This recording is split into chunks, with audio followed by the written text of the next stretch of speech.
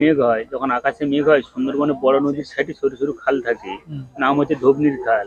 আমরা বলি ধবনির খাল, জেলেপাটিরা ওই জায়গাটার নাম বন দপ্তর বলে নেতাদো পানি, আমরা বলি ধবনি। ওই খালে ঢুকে গ্যারেবি করেছি সন্ধ্যের সময়, আর আমার প্রচুর গায়ে জ্বর, আমি ঘুমাচ্ছি। কিছুক্ষণ পর আমার যারা ছিল ওরা চিৎকার চেঁচামেচি করে, ঘুম ভেঙে গেছি। আমি নৌকাতে যে বাঘ উঠেছে আমি ঘুণাক্ষরেও জানি না।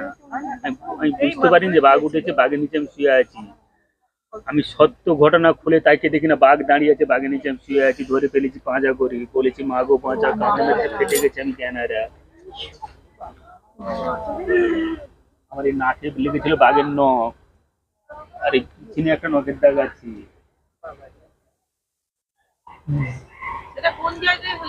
নেতাদো পানি ম্যাম, আমার বলি ধুবনি নেতাদো পানি।